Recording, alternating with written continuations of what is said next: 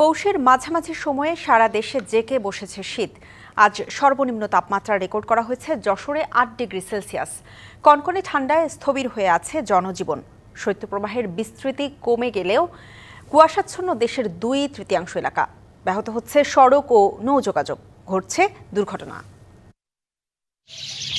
বিষণ্ণ প্রকৃতি, ঘন কুয়াশায় ঢেকে আছে সবকিছু। নিস্তব্ধতা গ্রাস করেছে প্রকৃতি।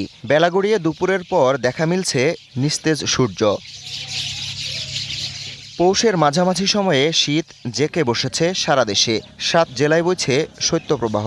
শুক্রবার দেশের সর্বনিম্ন তাপমাত্রা রেকর্ড করা হয় যশোরে ৮ ডিগ্রি সেলসিয়াস।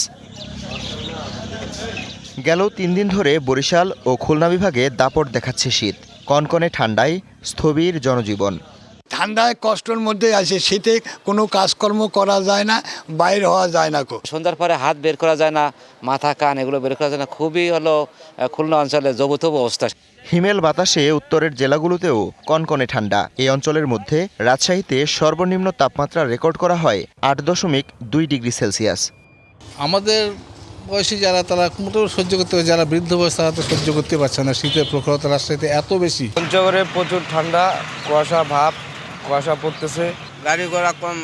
হ্যাসেল ফ্রি জীবনের smart companion Walton home and kitchen appliance. যাত্রীও কম আর ঠান্ডা প্রচুর, কুয়াশা প্রচুর। শীতে বেশি বিপাকে খেটে খাওয়া ও ছিন্নমূল মানুষ। উষ্ণতা পেতে খড়কুটুর আগুন জ্বালান অনেকে। গরিব মানুষ করে খাইতে হবে। ঠান্ডার দিনে সকাল রাত কিছু নেই, ঠান্ডার দিনে কাজ করতে হয়।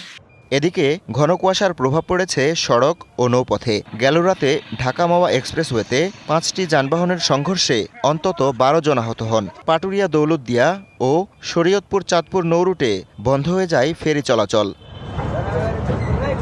Habibur Rahman, DBC news desk.